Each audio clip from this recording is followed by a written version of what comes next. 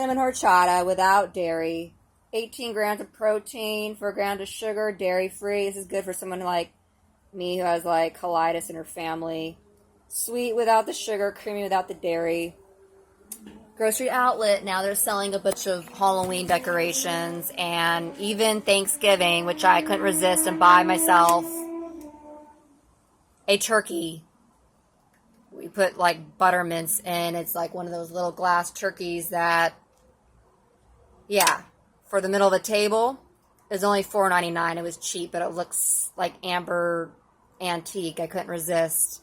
But autumn is my favorite holiday season. I know I dress real light, but, you know, more like fairy princess girl. But I had a dream about Philip Anselmo yesterday, and he's from New Orleans, Louisiana. And I remember I was friends with Alexis years, and she would practice all kinds of like voodoo and had Cajun ancestors with their green eyes that would change colors to blue, and she would smoke a lot of meth and hang around her gay friends who come around. A lot of them were fag hag, and she would come around and smoke a lot of meth and stone worker and her stones in her pocket, jewelry, and up the street there was a girl that introduced her to that, and her hair would change color, like streaking like a witch naturally, and you felt staticky around her, like a static feeling around her. It was real artificial.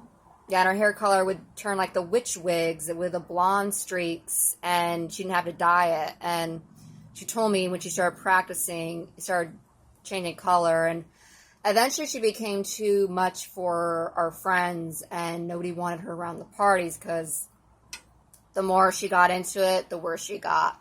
She got a tattoo of a crow on the side of her neck, like a totem crow animal, and she became more extravagantly promiscuous, out and out, didn't care, and a lot of it was the drugs and alcohol, but I think a lot of other things going on, and eventually a lot of people just didn't want to be her friend. They disowned her.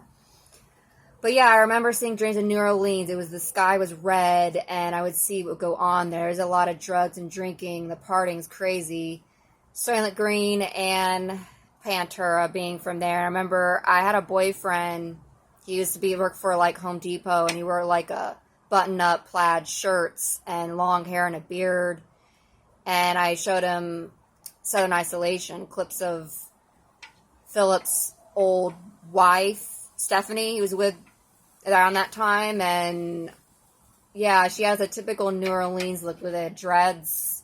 She looks like a typical New Orleans witch. That's a very typical look down there. There's a lot of artsy white girls with dreads like that. And I remember years ago I showed him the clips. So yeah, it was funny because I look different. I used to walk around a lot of black pants with leather boots, and I wore a lot of black then.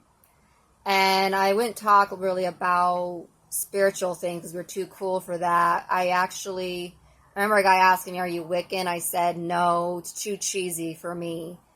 You know, he said, "Oh yeah, I'll get it." You know, my sister plays around. That's too cheesy for me too. The whole romance, witchcraft, and all of that, which I never got really into it spiritually like that. I had my own methods. And there are people who tamper with the weather. You go to Pazuzu. And there are people who don't. You know, and I know New Orleans went down because of Katrina, and everybody's like, oh, God's punishing Louisiana because of the witchcraft. But there are witches who manipulate the weather and other things, cause storms as well, depending on who it is. But those are really strong, a whole different kind of a witch. Not everybody's the same. Not everyone does that. They're the war starting kind. They're the ones that want total, yeah, like that. Like that. That's different. Not everybody's the same. Everybody has the same personality, but get to know different people out there. You see everybody's very different. Everybody has their own methods.